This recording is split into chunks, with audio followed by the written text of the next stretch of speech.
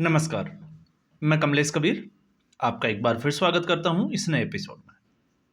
आज के इस एपिसोड में हम बात करेंगे इंडी गठबंधन की, विपक्षी गठबंधन और उससे जुड़ी हुई खबर बिहार से। जिस तरीके से आपने देखा कि इस वक्त कांग्रेस पार्टी और राहुल गांधी, जो उन्होंने बीज बोया था लोकसभा चुनाव से पहले, अब उसकी फसल जो है वो 8 महीने बाद वो काट रहे हैं। और जिस तरीके से उनकी फसल का जो है वो हश्र हुआ, उसका संकेत दिया हरियाणा के विधानसभा चुनाव ने। हरियाणा विधानसभा चुनाव में आपने देखा कि कांग्रेस पार्टी का मनोबल जो था वो इस कदर था कि उन्होंने समाजवादी पार्टी को सीटें देने से भी इनकार कर दिया था। और आपको पता ही होगा, हरियाणा विधानसभा चुनाव में अखिलेश यादव ने चुनाव लड़ने की अपनी मंशा जताई थी। तो कांग्रेस पार्टी ने, क्योंकि लोकसभा चुनाव में 44 से 99 पे पहुंचे थे, तो कांग्रेस पार्टी को लगा कि अब वो गठबंधन की सबसे बड़ी पार्टी है और बाकी क्षेत्रीय जो पार्टियां हैं वो छोटी पार्टियां हैं।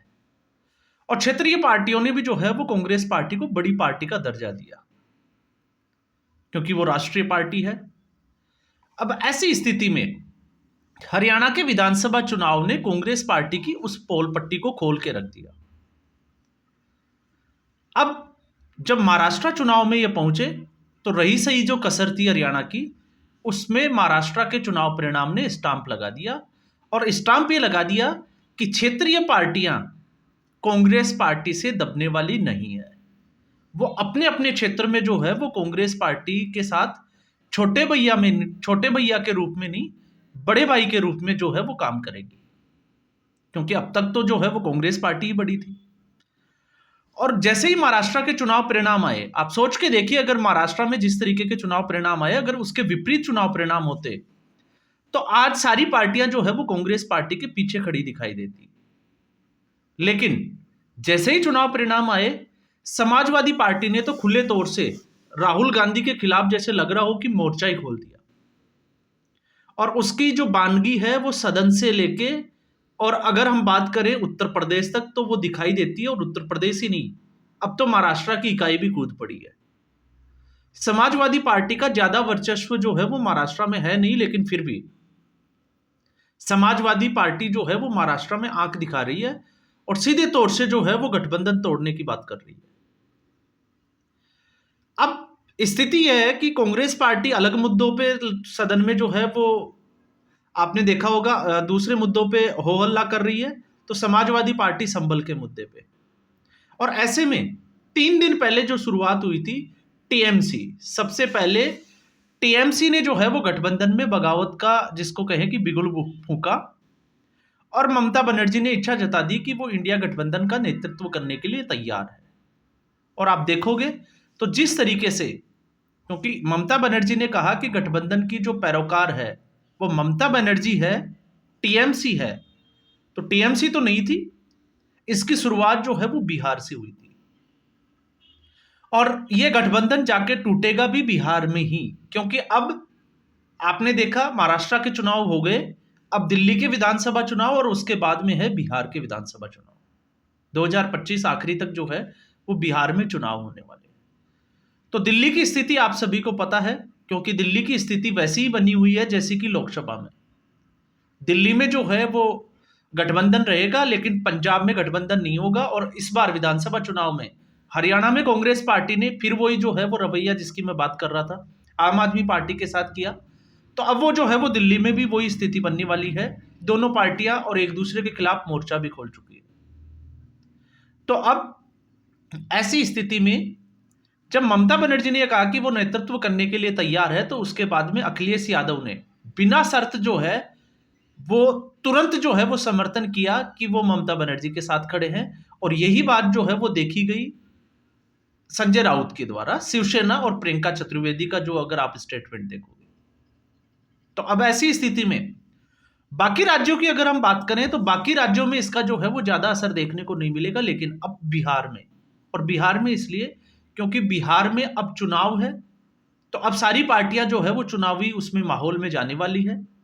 तो ऐसी स्थिति में लालू प्रसाद यादव का आज का जो स्टेटमेंट आया, कि वो ममता बनर्जी के साथ खड़े हैं और कांग्रेस पार्टी कितना भी विरोध कर ले उससे कोई ज्यादा फर्क जो है वो पड़ने वाला है नहीं, क्योंकि अब क्षेत्रीय पार्टियों को लग गया कि कांग्रेस पार्टी को निपटाने का सबसे सही समय है, क्योंकि कांग्रेस पार्टी हरियाणा और महाराष्ट्र के विधानसभा चुनाव परिणाम के बाद में और ज्यादा कमजोर हो गई है। और उसके पीछे की बड़ी वजह यह है कि राहुल गांधी की जिद के आगे कांग्रेस पार्टी का कोई बड़ा नेता जो है वो बोल नहीं पा रहा। और जिस तरीके से राहुल गांधी सिलेक्टेड मुद्दों पे बात करते हैं, वही जो है वो जाके अगर ग्राउंड लेवल पे विधानसभा की बात करें तो जिसका जिक्र जो है वो 28 नवंबर की जो सीडब्ल्यूसी की बैठक हुई थी उसमें मल्लिकार्जुन खड़गे ने भी किया था कि राष्ट्र के लेवल के जो मुद्दे हैं वो मुद्दे जो है वो विधानसभा क्षेत्रों में नहीं चलते हैं। तो अब ऐसी स्थिति में लालू प्रसाद यादव को जो है वो ये कहने की जरूरत क्यों पड़ी, तो उसको अगर आप समझोगे तो उसके पीछे जब हम फैक्ट्स पे जाते हैं तो जो फैक्ट्स मिले वो फैक्ट्स ये थे कि लालू प्रसाद यादव की इस टिप्पणी से पहले कांग्रेस पार्टी के जो प्रभारी थे शहनवाज आलम, उन्होंने कहा कि कांग्रेस पार्टी जो है वो बड़े भैया के रूप भूमिका में ही जो है वो बिहार के चुनाव में नजर आएगी, क्योंकि सीट शेयरिंग का जो फॉर्मूला होगा, सीटों का बंटवारा, वो लोकसभा चुनाव के परिणाम से तय होगा। अब आप देखिए लोकसभा चुनाव के परिणाम से क्यों तय होगा, क्योंकि लोकसभा चुनाव के जो परिणाम थे जहां पर आरजेडी ने 26 सीटों पे चुनाव लड़ा और 4 सीटें जीती, और कांग्रेस पार्टी के खाते में गई थी 9 सीटें, जिसमें से 3 सीटों पर जो है वो कांग्रेस पार्टी को जीत हासिल हुई, जिसमें किशनगंज, कटिहार और सासागंज, ये 3 सीटें कांग्रेस के पास। तो अगर आप स्ट्राइक रेट देखोगे तो 26 के मुकाबले 4 सीटें आरजेडी और 9 के मुकाबले 3 सीटें जो है वो कांग्रेस पार्टी। तो स्ट्राइक रेट जो है वो बेहतर रहा था कांग्रेस पार्टी का लोकसभा चुनाव। और यही स्थिति आपने देखा उत्तर प्रदेश में। उत्तर प्रदेश में समाजवादी पार्टी की ज्यादा सीटें थी, तो समाजवादी पार्टी सब कुछ बुला के जो है वो लोकसभा का जो टैग है, जो ट्रॉफी है, उसको लिए घूम रही है। तो अब यहां पे भी जो है वो कांग्रेस पार्टी ने ठीक वैसा ही किया जैसे समाजवादी पार्टी ने कांग्रेस पार्टी के साथ किया, कि वो पिछला जो विधानसभा चुनाव परिणाम था उसको वो मानेंगे नहीं, वो जो है वो सीट शेयरिंग के फॉर्मूले में जाएंगे लोकसभा चुनाव को लेकर। और विधानसभा के चुनाव का अगर हम देखते हैं 2020 का, तो 2020 में सबसे बड़ी पार्टी थी आरजेडी, जिसके पास 75 सीटें थी। दूसरे नंबर की सबसे second largest party Bharatiya Janata party, जिसके पास 74 सीटें थी। और उसके बाद में अगर हम बात करें जेडीयू की, तो जेडीयू के पास में 43 सीट्स थी। और जेडीयू ने जो है वो आपने देखा होगा किस तरीके से नीतीश कुमार जो है इधर उधर होते होते जो है वो अपनी सरकार और खुद मुख्यमंत्री बन ही जाते थे। तो अब स्थिति है कि विधानसभा में कांग्रेस पार्टी को कितनी सीटें मिली थी, तो बिहार में कांग्रेस पार्टी को 2020 में 19 सीटें मिली थी।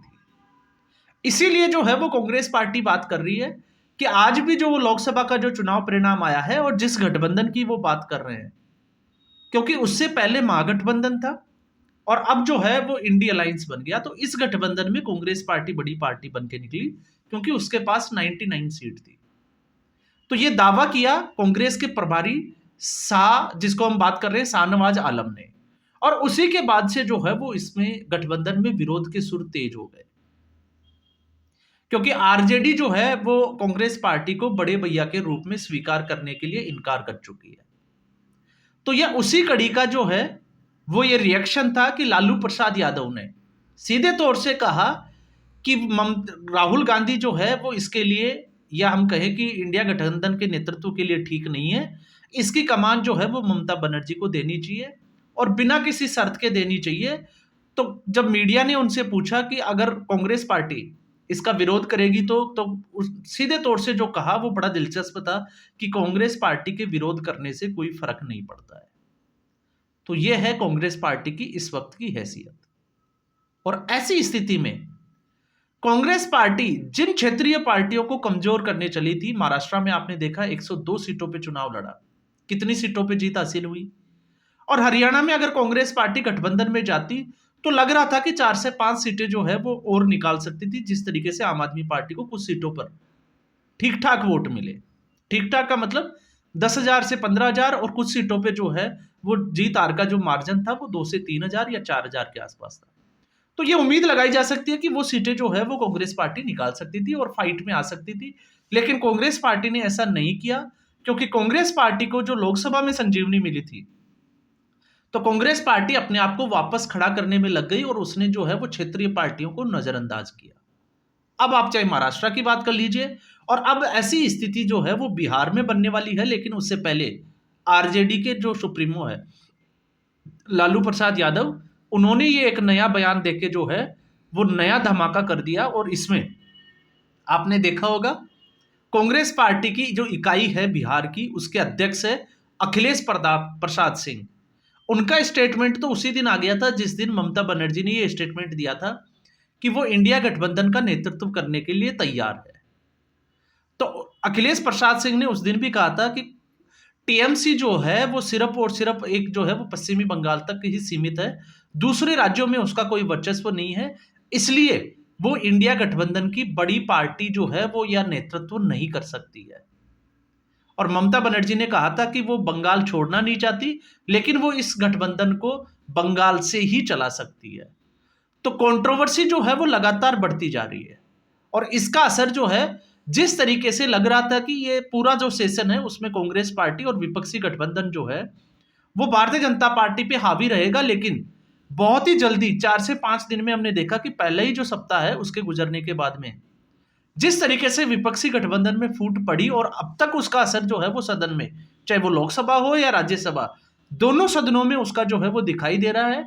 अगर इसे इतर हम जाके जो है हम बात करें कि बाहर से कोई नेता जो है वो किस तरीके का स्टेटमेंट दे रहा है, तो अब जब महाराष्ट्र का चुनाव परिणाम आ गया और बिहार के चुनाव के लिए कांग्रेस पार्टी और आरजेडी जाएगी, तो आरजेडी जो है वो प्रेशर की पॉलिटिक्स, क्योंकि आरजेडी को पता है कि कांग्रेस पार्टी इस वक्त दबाव में है, तो उसको और ज्यादा दबाव में किस तरीके से लाया जाए ताकि महागठबंधन में अगर सीट शेयरिंग का फॉर्मूला हो तो आरजेडी के हिस्से में ज्यादा सीटें मिले, और आरजेडी जो है वो कांग्रेस को कम सीटें देकर जो है वो अपना काम चलाए। एटलीस्ट क्षेत्रीय स्तर पर जो है वो आरजेडी कमजोर पार्टी के रूप में इस गठबंधन का हिस्सा नहीं बनना चाहेगी। तो अब आप समझ गए होंगे कि ये जो स्टेटमेंट है इनके राजनीतिक अगर परिदृश्य में हम देखते हैं तो ये अभी का नहीं, ये आने वाले चुनावों के लिए एक संकेत है कि आरजेडी जो है वो कांग्रेस पार्टी से दबने वाली नहीं है। तो आज के एपिसोड में बस इतना ही। उम्मीद करूंगा वीडियो एपिसोड आपको पसंद आया होगा। वीडियो को लाइक करें, शेयर करें, चैनल जरूर सब्सक्राइब करें। धन्यवाद।